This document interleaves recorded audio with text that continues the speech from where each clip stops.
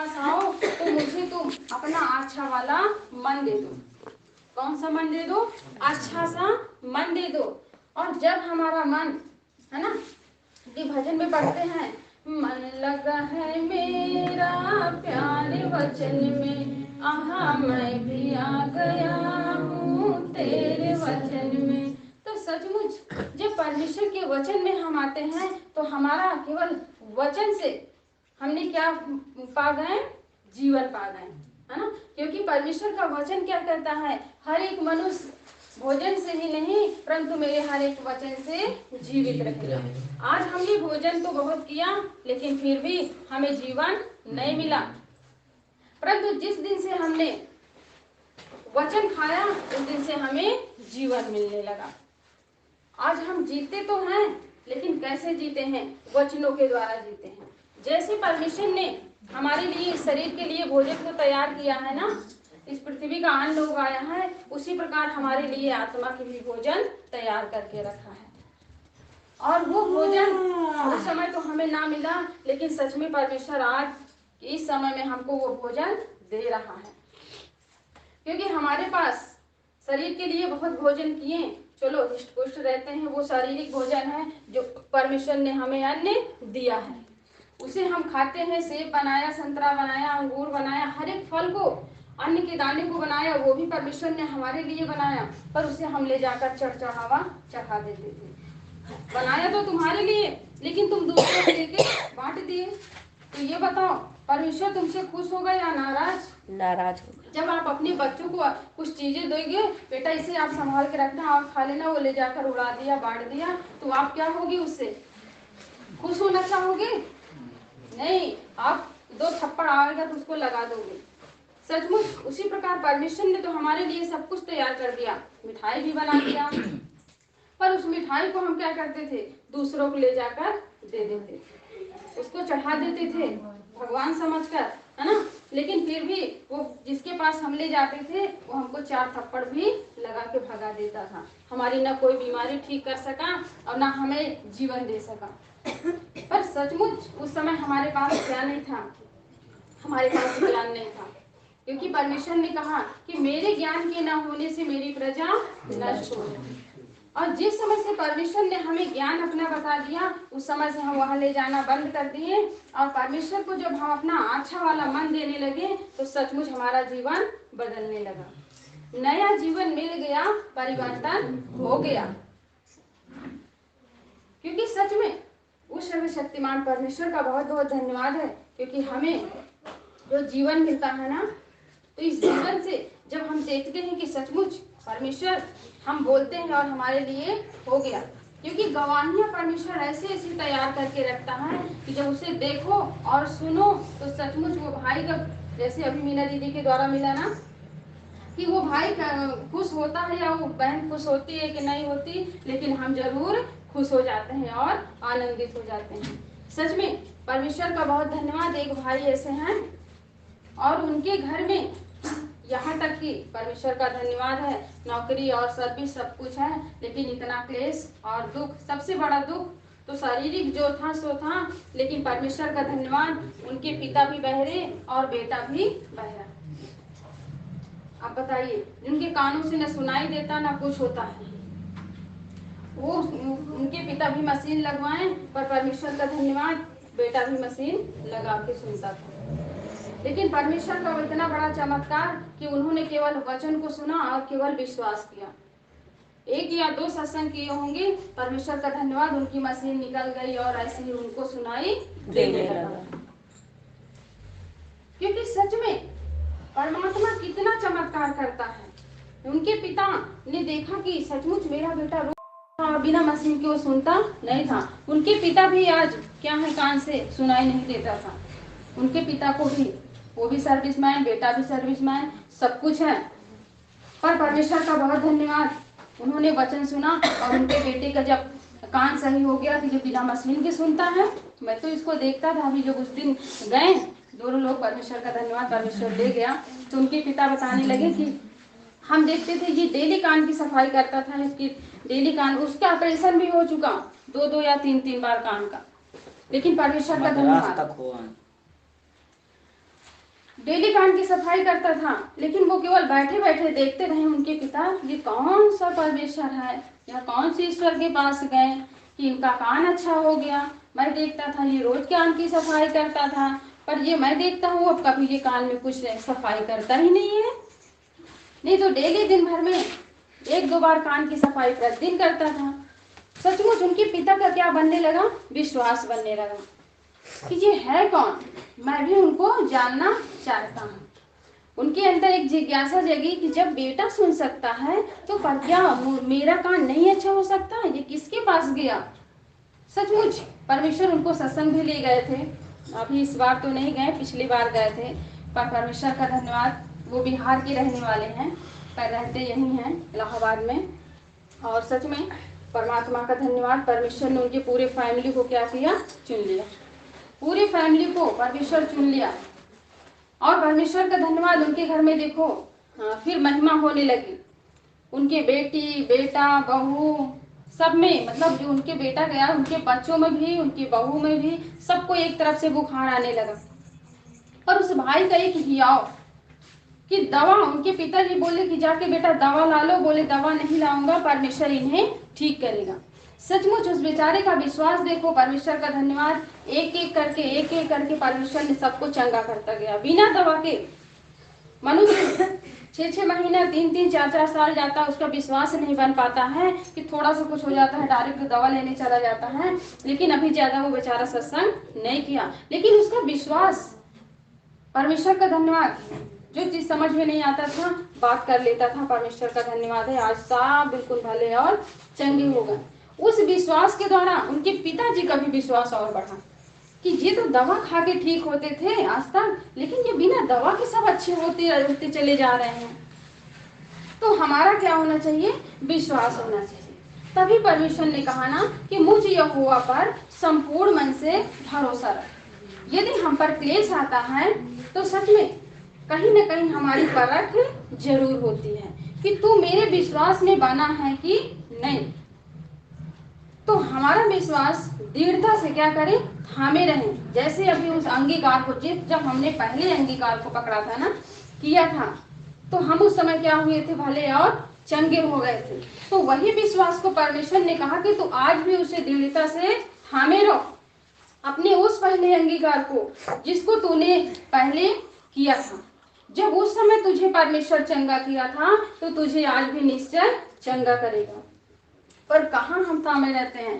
जैसे परमेश्वर ने कहा तू पहले सा प्रेम अपना अब छोड़ दिया है।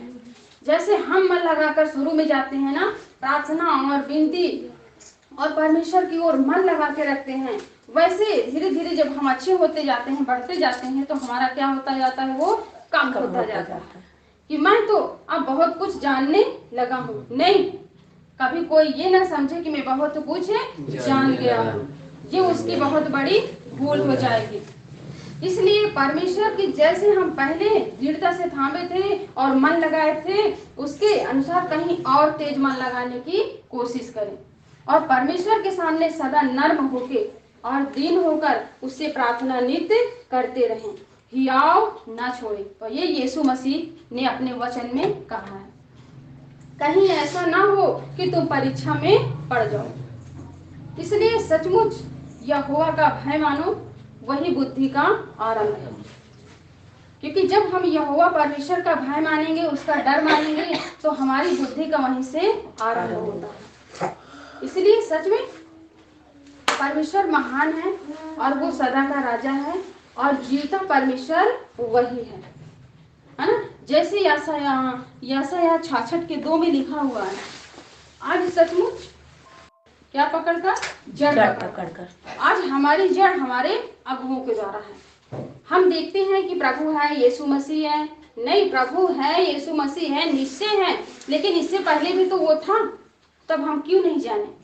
अगर हमारा अगुआ ना आता, हमें इस बात को ना बताता, तो हम क्या जानते यीशु मसीह को और क्या जानते परमेश्वर को। इसीलिए हम अपने अगुओं को जिस दिन छोड़ देंगे, उस दिन परमेश्वर को भी छोड़ देंगे। क्योंकि जब तक हम अपने अगुओं को पकड़े रहेंगे, परमेश्वर में हम बने रहेंगे। जैसे परमेश्वर का वचन कहता है ना कि यदि तुम मुझ में बने रहो तो मेरा वचन तुझ में बना रहेगा।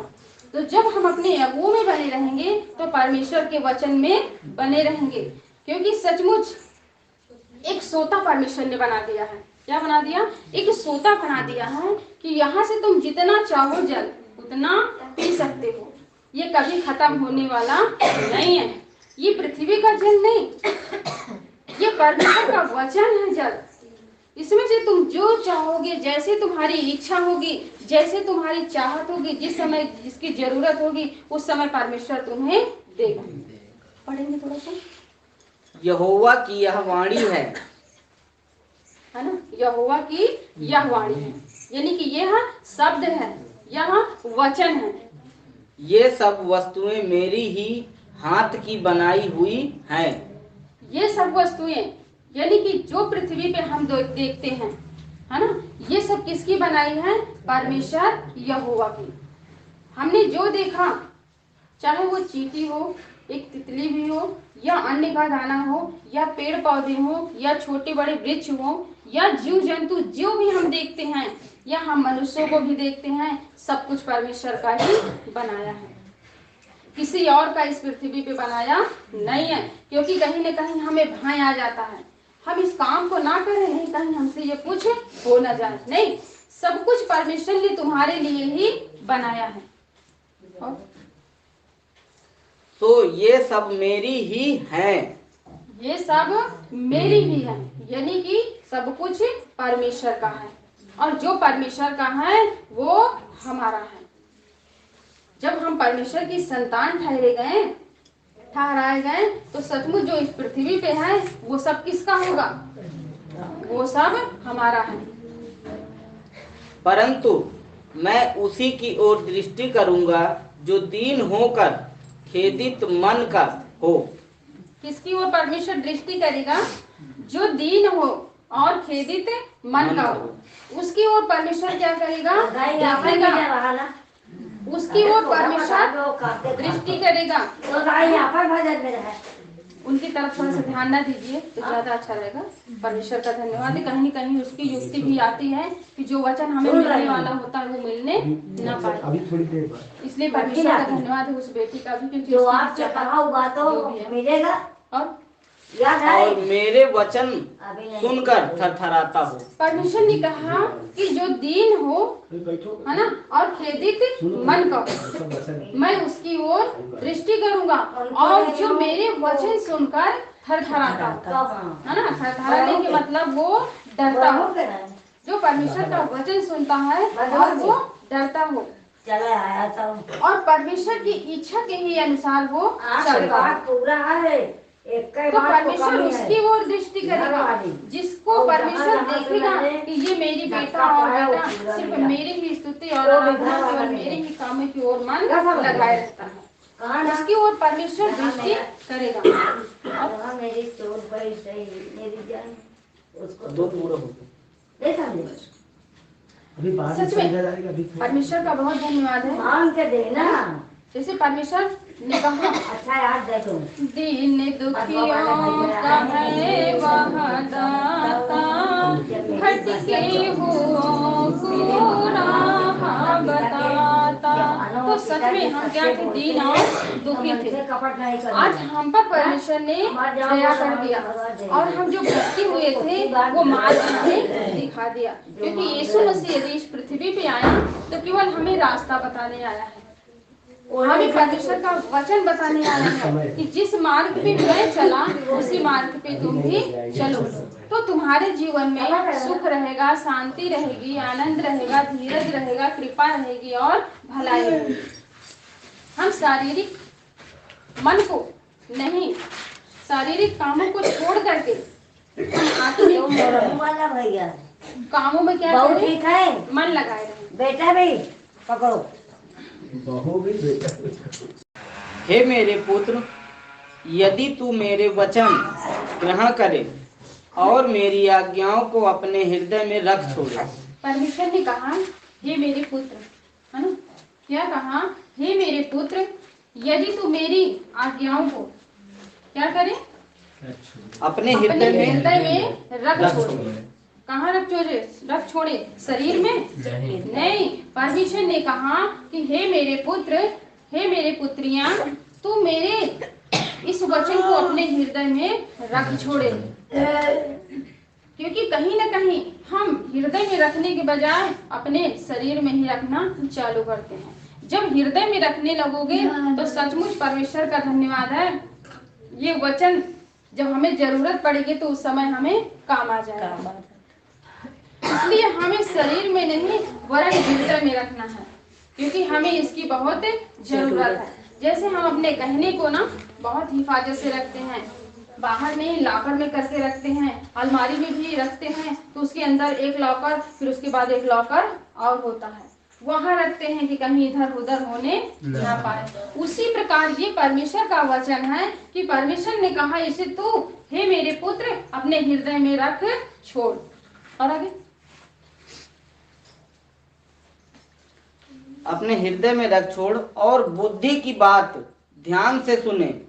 कौन सी बात? बुद्धि की बात ध्यान से सुने। आज यहाँ पे हमें कौन सी बात मिल रही है? बुद्धि की बात मिल रही है, समझ की बात मिल रही है। इसलिए हमें इधर उधर टाल मटोल करने की जरूरत नहीं है, इसे बहुत ध्यान से सुनने की जरूरत है, क्योंकि बुद्धि यहोवा से ही मिलती है। आज यहोवा है जो हमें उत्तम शिक्षा दे रहा है और उत्तम बुद्धि भी हमें मिल रही है। इस बात का बहुत बहुत धन्यवाद है पिता का। और समझ की बात मन लगाकर सोचे। समझ की बात मन लगाकर सोचे। जो हमें ये बात यहाँ मिले ना तो इसको हम सोच में लाएं, है ना। परमेश्वर की बात को क्या करें? सोचें कि मुझे कौन सी बात परमेश्वर ने आज दिया जो मेरे काम की जरूर है, इसे मैं अपने हृदय में रख छोड़ती हूँ। तो वो वचन को हम क्या करें? हृदय में बसा लें और उसको स्मरण करते रहें, याद करते रहें कि ये मेरे काम का जरूर है। हे पिता, आज मेरे जीवन में ये घटी है, आज इस वचन से आप मेरे जीवन में पूरा कर चुके हो यीशु मसीह के नाम से। तो सच में जैसा आप करोगे वैसा तुम्हारे लिए हो जाएगा।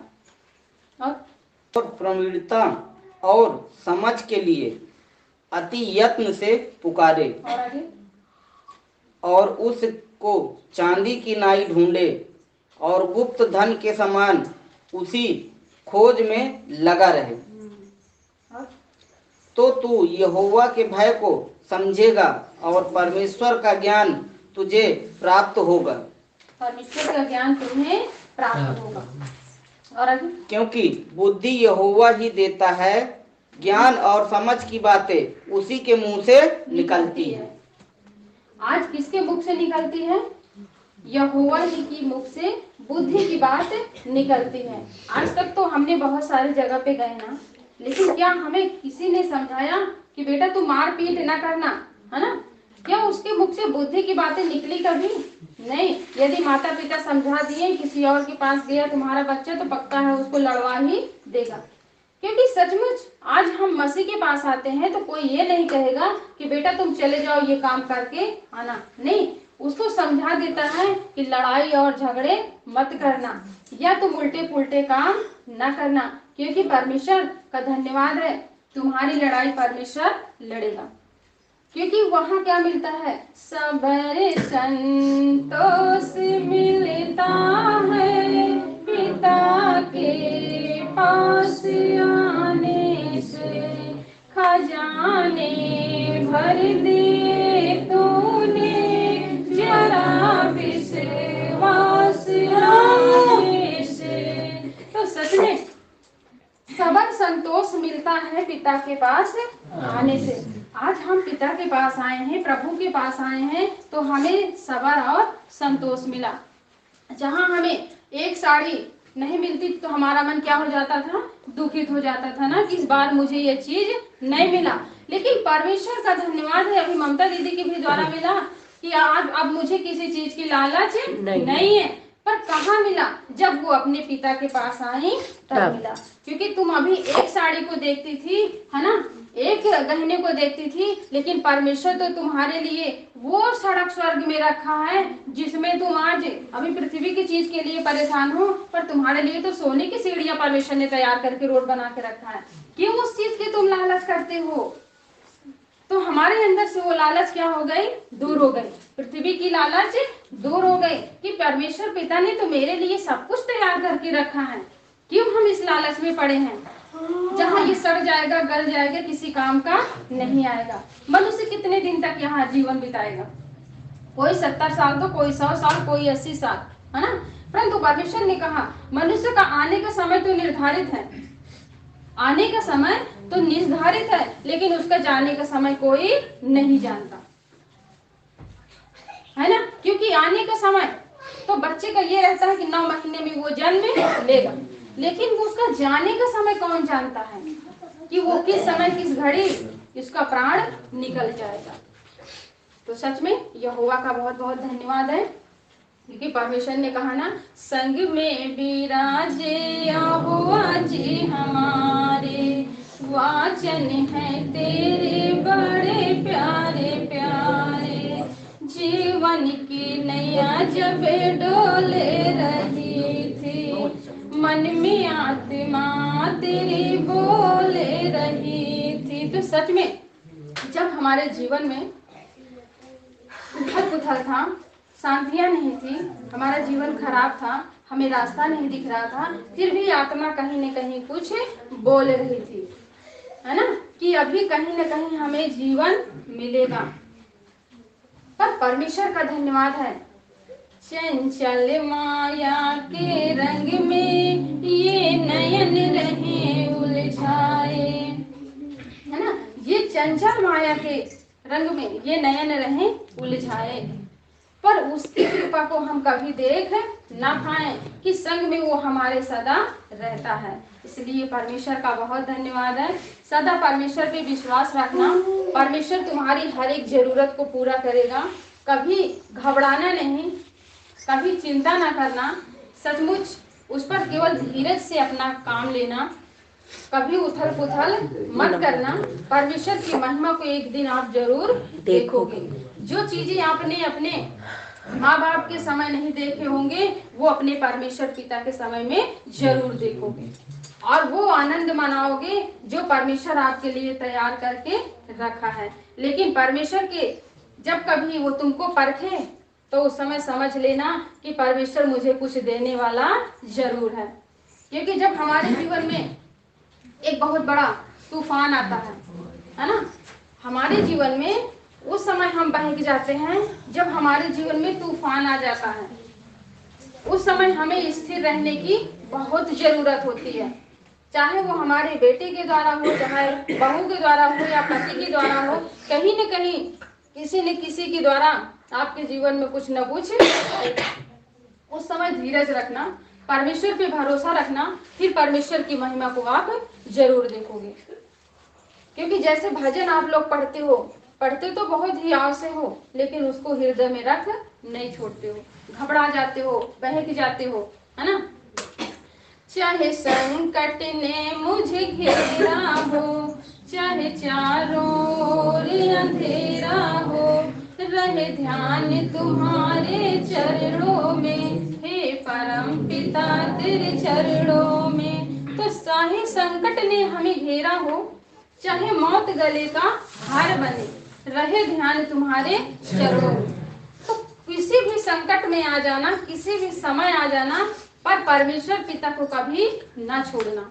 देखना वो संकट तुम्हारा कभी कुछ कर नहीं पाएगा, क्योंकि अब तुम शरीर से नहीं हो, परमेश्वर ने तुम्हें आत्मा में जिला दिया है।